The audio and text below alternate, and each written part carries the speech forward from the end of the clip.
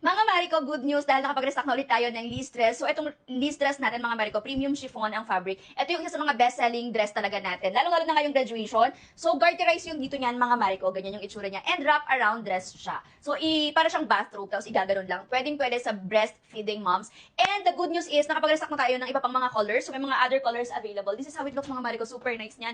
At the same time, meron na din yang inner lining. Ayan, breathable ang fabric. Very nice. Can fit hanggang extra large body frame ito, ha. Pakita ko sa inyo yung other color. So, this is Liz Brown, mga